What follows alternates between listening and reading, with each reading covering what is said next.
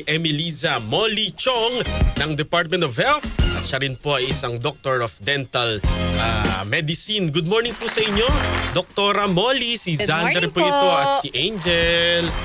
Good morning po. Opo. Ma'am, una po sa lahat, yung ating proyekto na National Oral Health Month, ano-ano po yung mga programang nakapaloob po dito?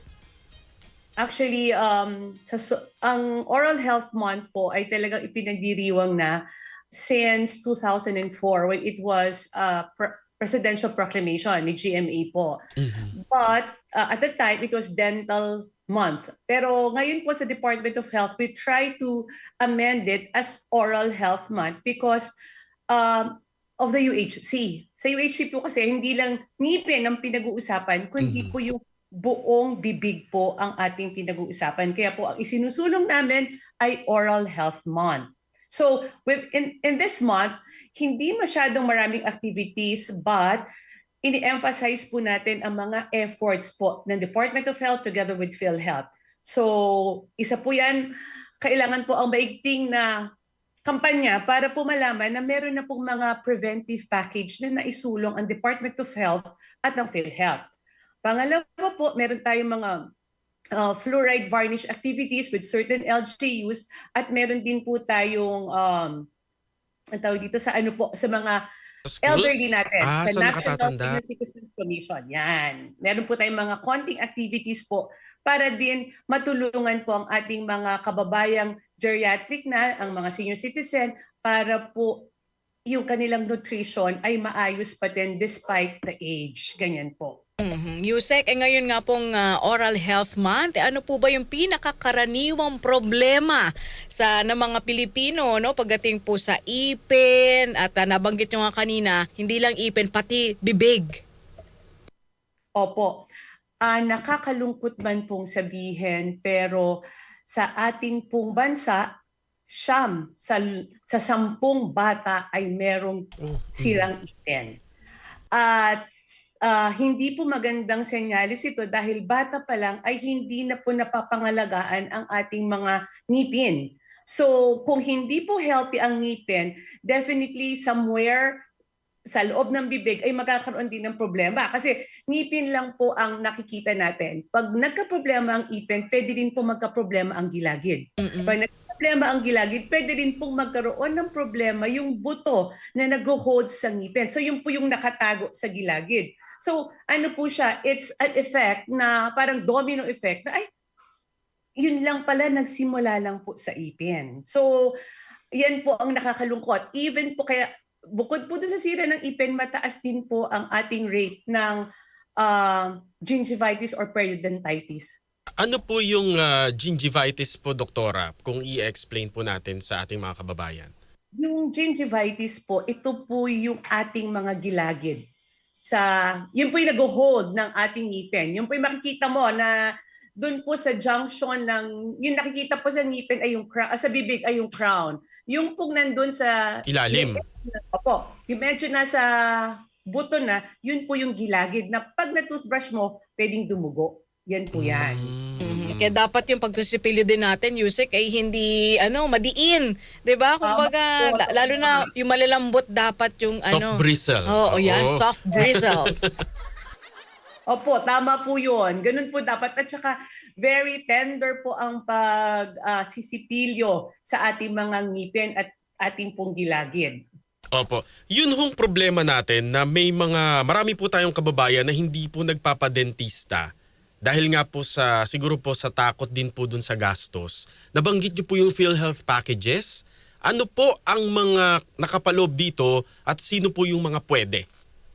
Okay, ganito po, no, in 2024 December, yung buong 2024 na yun, talaga pong medyo nangulit po tayo sa Department of Health, sa ating mahal na secretary. At the same time, since siya ang chairman ng PhilHealth, and-explain ko po ng maigi kung ano po yung dapat na meron initially. So ito po yung tinatawag natin na Oral Preventive Benefit Package. Pag sinabi nating preventive, iniiwasan po natin ang susunod na hindi magandang mangyayari sa ating bibig. So ang nakapaloob po dito ay yung mouth examination. Libre po yun, meron din pong cleaning na twice a year. At kung ikaw po ay bata, meron po yung fluoride varnish na tinatawag. Yun po yung nagpapatibay ng mga ngipin po ng bata. So kasi pag matibay po ang ngipin ng bata, ang susunod din pong mga ngipin, yung pong permanent, ay more or less matibay din. So ang isa pa po ay yung tinatawag natin na root sensitivity. Yun po yung pagmang nangingilo po sa may Nangingilo. kilad. Mm-mm. Opo, pwede po siyang lagyan ng parang ceramic, basta kotse, parang may ceramic Coating. Mm-mm. para po hindi siya mangilo. So yan po ang nakapaloob doon sa PhilHealth Preventive Oral Health Package. At ito po ay initially pwedeng ma-avail sa lahat po ng Department of Health retained hospitals. So sa buong Pilipinas, 87 po yan. So pwede niyo po siyang ma-avail doon. Ngunit ngayon, gumagawa po kami ng hakbang para mas dumami na dentista ang maging accredited ng PhilHealth. Kasi po limited ang magiging access po ng bawat mamamayang Pilipino kung puro po galing lang sa gobyerno ang ating mga serbisyo. So we try to collaborate with the private partners para po dadami po ang pwedeng maka-avail at dadami rin po ang dentista na papayag na okay, papayag na po kami with the PhilHealth accreditation. Pero ito po yung sa mga PhilHealth members lamang po, Yusek. Opo, pero di ba po ang ating isinusulong ay sa UHC, bawat Pilipino ay member ng PhilHealth. So, Ayun. eventually, darating din po tayo doon na lahat can avail of it. Opo. Ma'am, naturally po ang mga bata po ay mahilig po talaga sa mga Candy. matatamis, opo, chicharon. Papaano po natin babalansehin yung oral health dun po sa hilig po nila sa matatamis? Siyempre po, hindi naman natin kayang bantayan ang Correct, mga bata. opo. Totoo naman po, sa totoong buhay po, yung matatamis ay nagpapa-increase ng serotonin. Yun po yung ating happy hormones. Kaya po yung iba kakain ng chocolate, ng candies, iba yung nagiging feeling.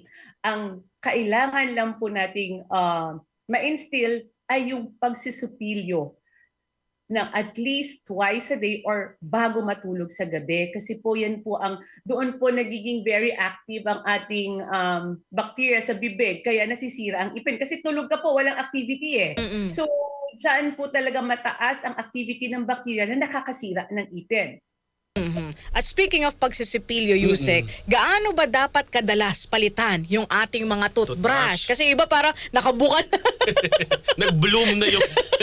Nag-bloom na yung toothbrush nila. Opo, ideally po, every 3 months. Pero, syempre yung soft bristle po yan, ano yan eh, malambot nga po siya. So, mas madali siyang magbuhaghag, parang ganon. So, kung nakita niyo po na medyo buhaghag na ang ating mga supilyo, time na po siyang palitan. Pero kung gentle po, on a normal scale, every 3 months po ay ang pagpalit ng supilyo. 3 months pala. Hindi pala 1 year. 3 months pala, ma'am. Akala ko dati parang 6. 6 months, oo. Hindi po, kasi basta nagbuhaghag na po yung bristle, hindi lamang po, may mga ibang parte na po ng bibig na natatamaan niya ng hindi tama. So, syempre po, kaya may sukat po yung mga toothbrush na ganun para may sakto lang po siyang ginagalawan. Hindi po yung nakabuhaghag na po yung mga bristles. Opo, may mga toothbrush din po na parang may goma eh. Di ba yung may mga ganong design? Mare-recommend nyo po ba yon? Actually, okay lang naman yung mga ganong design. Basta importante, hindi po siya nakakatama at nakakasakit ng hilagin. Oh. Pero which is better po, Yusek? Yung mano-manong toothbrush o yung electric? Electric. Meron na uso kasi ngayon electric eh, di ba? Umiikot.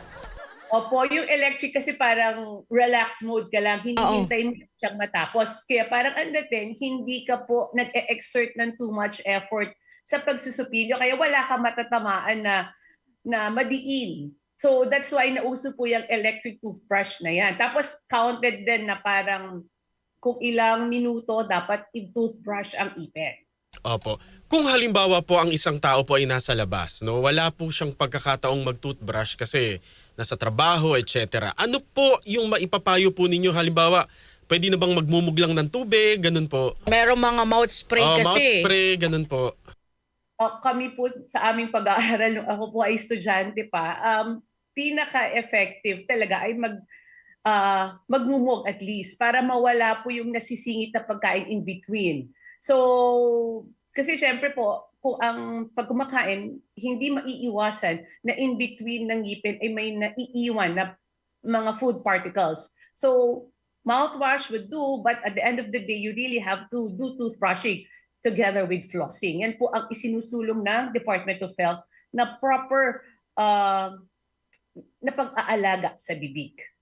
Yusek, paano naman po yung mga kababayan po natin sa mga malalayo at saka sa liblib na lugar na hindi po nararating nung ating mga dentista, nung ating mga doktor?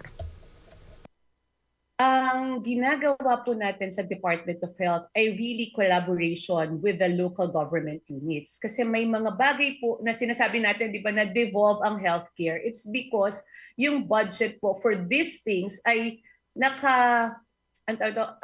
ay mas responsibilidad ng local government units. Kaya po ang talaga pong kapos ang number of dentists to every Filipino. Sa datos nga po, lumalabas sa isang pasyente na Pilipino, sa isang dentista na meron tayo, ang kanyang dapat iserve ay 53,000 Filipinos. Wow, yun ang ratio.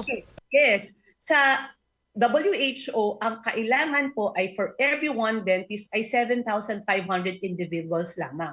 So ako po talaga ay nananawagan sa ating mga mambabatas na kung pwede po tulungan tayo na pataasin po ang salary grade ng mga government dentists kasi po as of now, mababa po ang salary grade. Wala pong gustong pumatol ba dun sa mga sweldo na inilalaan ng gobyerno. So meron pong existing na recommendations from the lower house and meron din po sa Senate. So hopefully po ay maging batas po ito para mas ma-encourage natin ang mga dentista na hindi na po mag-abroad at dito na po sa ating bayan mag-practice at maging parte po ng ating oral health advocacy sa gobyerno. Opo, nakakalungkot po kasi yun na parang dito ka nag-aral, dito ka nag-take ng iyong board exam, tapos Sa ibang sa ibang bansa. bansa po magtatrabaho. Opo, ganyan po kasi nagiging senaryo kaya ang hirap man pong tanggapin, but it's really the fact. And doon po tayo uusad, balaman natin yung totoong problema para tama po ang mga gagawin nating susunod na hakbang. Yusek, makailan po sa ulat po ng Philippine National Police, meron po silang mga nahuhuli na gumagawa, nagkakabit ng mga DIY braces. Sa panood mo ba ito? Oo. Oo, di ba? Sa TikTok Tapos sa yata panood yun, na nalaman lang nila ito, yung paggawa niya sa YouTube. Ano pong ginagawang hakbang dito, Yusek, ng DOH? Parang napakadelikado naman ito. Ang Department of Health po ay together with other government agencies like the PRC ay talagang gumagawa din po ng hakbang. Kaya po kahapon sa aming EXICOM ay nagkaroon na po ng vote ang buong EXICOM ng Department of Health na gagawa po ng talaan, ng registration ang bawat dental facility sa buong Pilipinas para magkaroon kami ng record kung ano-ano po ba yung mga legit na mga dental facilities, dental clinics para po meron tayong database. Tapos Tama. eventually hihikayatin natin po na itong mga dentista na to ay makipag-cooperate with PhilHealth para po maging parang establishment where Filipino people can avail of the oral health package. So yan po ang ilalabas natin na administrative order by our secretary at ito po yung simula. Kasi for the longest time po ay totally walang data on the number of dental facilities and dentists na nagpa-practice. So hindi natin alam pag may mga, syempre ang Pilipino po parang, ay pagmura. Mas mura. Yan, oo. Correct. Di ba po? But medyo po, maging mapanuri sa pagtingin, pag super mura, ano po yung catch? Kasi ako po ay nag-practice for like 21 years and yung akin pong, na nag-braces po ako, yung aking ginamit na brackets ay parang mas mahal pa dun sa hinihinging down payment dun sa mga do-it-yourself na braces na naka-advertise po sa mga Facebook, yung mga ganun. Tapos eventually mawawala na po yung mga mga site na yon dahil nakabudol na po ng maraming Pilipino. Correct. Grabe naman. At oo. speaking of that, marami din po ako nakikita niyan, Yusek, sa Facebook, mga nag-aalok po ng mga veneers. Kasi usong-uso yun, di ba, mga artista, naka-veneers, mapuputi yung ipin, malalaki. Perfect smile. Ay, pero ang daming ganyan sa Facebook ka, Yusek, ano? Opo, talaga po nagagamit po siya. Sana lang po yung mga nag-advertise ay talagang legit at hindi po masasaktan sa bulsa at din sa mental health ang mga nag-a-avail nito. Opo. At siguro po panghuli na lamang po, Doktora at Yusek, ano pong mensahe po ng pamahalaan sa mga nakikinig po ngayon at nanonood sa ating programa? Ang nais lang namin pong iparating, tayo po dito sa Department of Health ay may ginagawang hakbang upang tugunan ang oral health ng bawat mamamayang Pilipino. Ang gusto lang namin ipabatid na meron na pong preventive oral health package ang PhilHealth. At ito po ay kailangan pa ng madaming advertisement, kumbaga po, kasi hindi po siya nalalaman. At ito po ay inyong karapatan bilang Pilipino.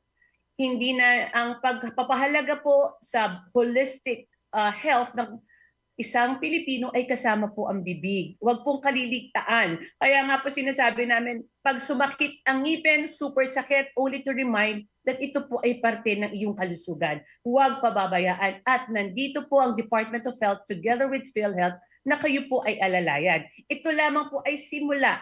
Marami po kaming efforts na ginagawa upang matugunan ang mga pangangailangan ng ating mga kababayan. So kami po ay inyong kakampi dito sa Department of Health with regards to oral health. Yan. Minsan kasi naalala lang natin ang ating mga dentista pag masakit na yung ipin. pag may problema na. Oo, pag di ka na makatulog. Kasi pag masakit yung ipin mo, Dok, parang buong pagkatao mo masakit, ano? Opo. Opo. Yusek, maraming Thank you salamat po. po. Ang galing magpaliwanag ni Yusek. Yes. Kung itatalaga ho ba kayong kalihim, tatanggapin ninyo. De joke lang po, ma'am.